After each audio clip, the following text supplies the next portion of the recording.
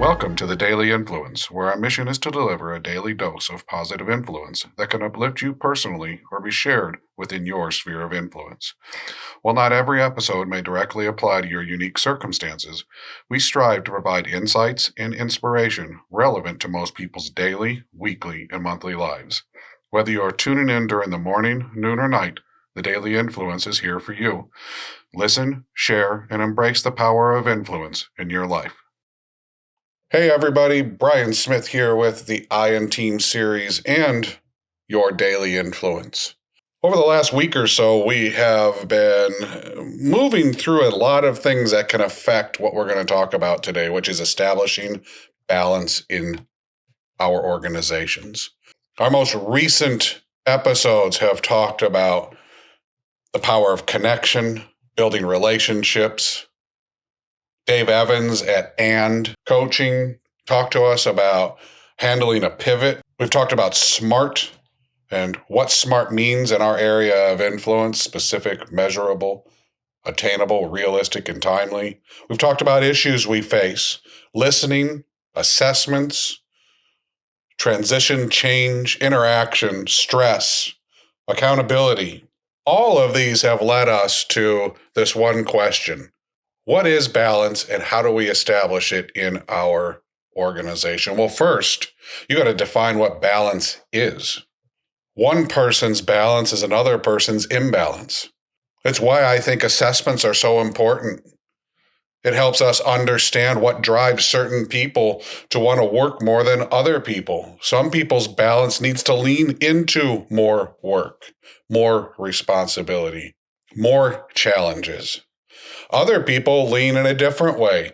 They prefer to have more structured tactical engagement, less strategy, less thinking.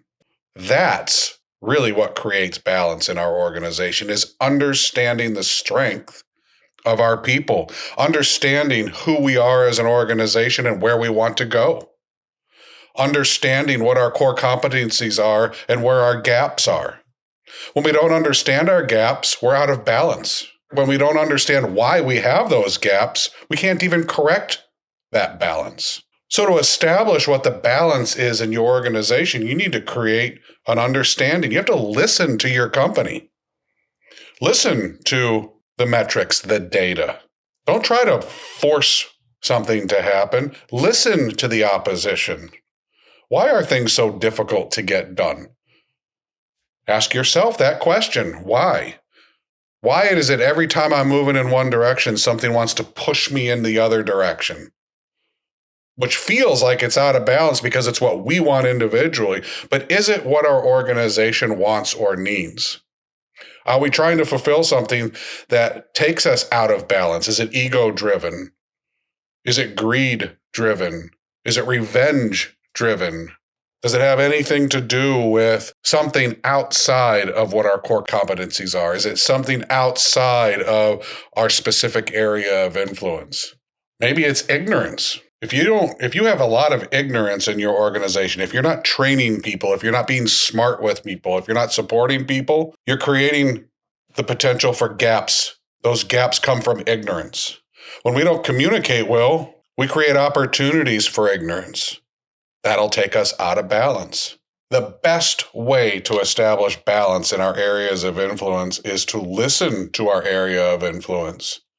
Feel what it says to us. Hear what our teammates are saying.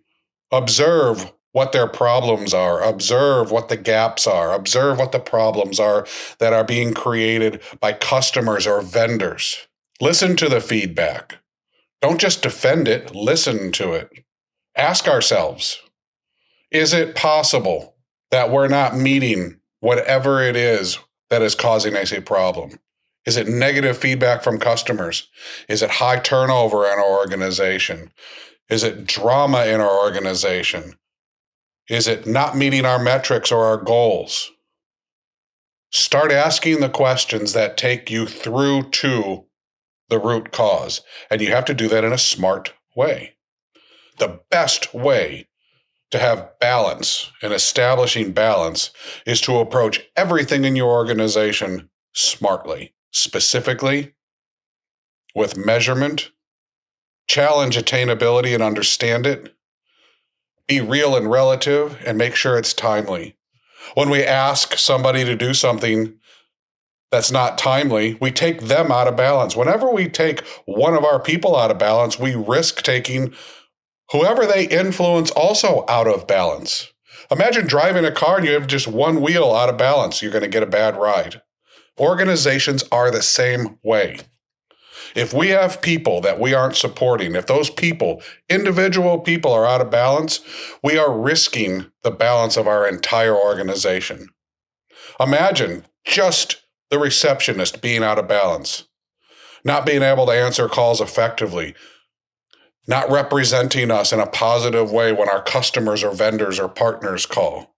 Imagine what they portray to the world as people interact with this one person because they're out of balance.